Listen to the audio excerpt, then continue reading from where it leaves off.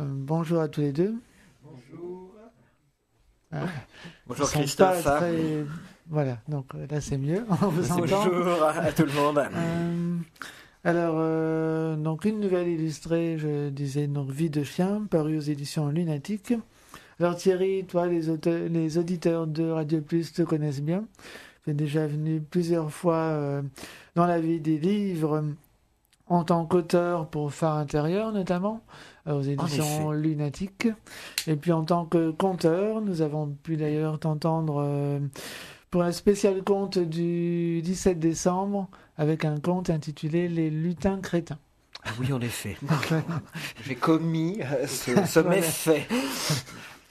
Alors, et Bertrand Arnoux, vous, c'est la première fois qu'on vous reçoit aujourd'hui. Vous êtes graphiste à Lille Ouais, depuis un peu plus de 10 ans, je crois. c'est ça, graphiste indépendant depuis une dizaine d'années. D'accord. Alors, j'ai parlé d'une nouvelle, mais Vie de chien, c'est aussi un spectacle, Oui, à fait. une exposition, également. des ateliers d'écriture et d'illustration. Parfaitement. Voilà, donc on y revient après. On va parler de l'origine du projet.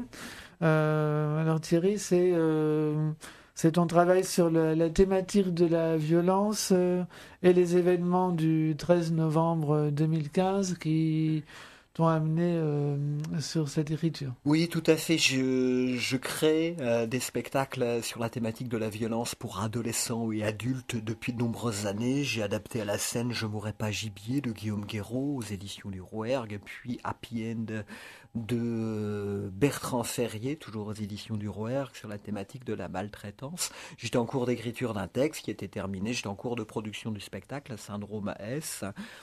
Spectacle plus volumineux qui nécessitait plus de scénographie et sont arrivés les événements du 13 novembre 2015 et là je me suis dit moi humainement je comprends plus rien, un chien comprendra peut-être mieux.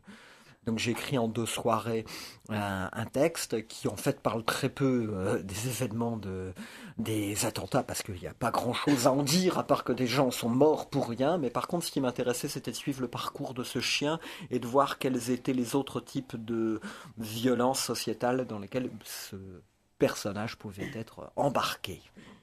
Oui, on voit un peu différents aspects de la violence dans le livre. Oui, il y a donc la violence des attentats, la violence des laissés pour compte, quand ils se retrouvent dans une sorte de friche industrielle qui pourrait vaguement ressembler à un clan de clandestins, à une violence institutionnelle, quand ils se retrouvent dans un chenil ou une fourrière, enfin on ne sait pas trop. Alors je ne critique pas l'institution, mais c'est dire qu'il y a des formes de violence différentes en fonction de où on est.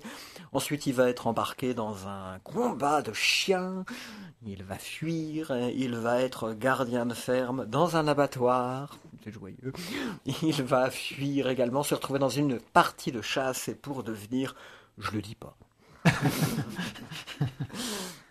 Alors, le narrateur de la nouvelle, donc, est un chien. Alors, le but, c'était de poser un regard cru sur notre humanité, c'est ça? Enfin, Oui, puis décalé, parce qu'un chien, il parle à partir des sens, il partir à partir de ce qu'il renifle, de ce qu'il sent, et qu'il n'y a pas forcément, comment dire, un lien. Voilà, ça passe, il va parler d'une chose et puis il va en parler d'une autre parce qu'il sent ça, il a envie de faire pipi, il a faim, il a ceci.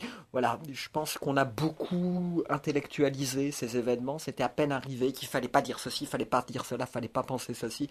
Et en fait, moi, à ma connaissance, des gens qui auraient dit autant de personnes sont morts pour rien, pas beaucoup. En tout cas, pas beaucoup. Et je pense que ça a manqué, notamment vis-à-vis des jeunes, où il y a eu des grosses difficultés de réception, intervenant beaucoup en collège et en lycée. La réception des choses a été très complexe pour eux. Je voulais revenir à quelque chose de plus simple. oui. Le chien s'interroge tout au long du livre. Hein. Il donne ses réflexions sur les humains et il aborde des thématiques actuelles, hein, notamment le repli sur soi, par exemple. Oui, c'est un chien solitaire, c'est un chien qui se retrouve tout seul. Et d'ailleurs, quand j'ai découvert l'illustration, que chers auditeurs, vous pouvez pas voir, hein. Et voilà, forcément, parce que ça passe pas bien à la radio, les images qu'a proposé Bertrand, j'étais ravi, parce que je trouvais que ça représentait fort bien. Donc, comment vous la décrire? Il s'agit non pas d'un chien, mais d'un être humain dans un costume d'un chien tenant une laisse à la main, dans une rue solitaire, clair, avec un réverbère la nuit. Et je trouve que ça représente bien on est tout seul et on se débrouille comment dans ce monde. Alors, on disait il y a du décalage, hein, donc le livre ne manque pas d'humour. Et on le voit dans les réflexions du chien, et puis aussi par son vocabulaire. Hein. Il parle aussi des engins à roues qui puent. Hein, Oui, les je suis voitures, parti du principe, ce qui m'a amusé, c'est qu'il n'avait pas le vocabulaire humain. Il ne savait pas ce que c'est qu'une voiture. Donc, comment décrire? Donc, ça devient un engin à roues qui pue. Voilà, donc il y a un certain nombre de mots de vocabulaire, pas tout, parce que sinon c'est très compliqué d'écrire dans ce cadre-là. Donc il y a des distorsions. On n'est pas dupe que c'est un personnage canin, mais quand même profondément humain. Mais n'empêche qu'il y a un regard animal. Hmm. Puis la liberté aussi, c'est un des thèmes du livre, j'ai trouvé. Oui, aussi, hein. assez souvent il dit libre et il se rend compte que, d'ailleurs c'est l'une des répliques assez dans la première scène où il dit libre, cette liberté sent déjà le moisi. Mm. Voilà, parce que tout de suite la liberté, bon, je peux vous lire le texte hein, par cœur si je m'en souviens d'ailleurs.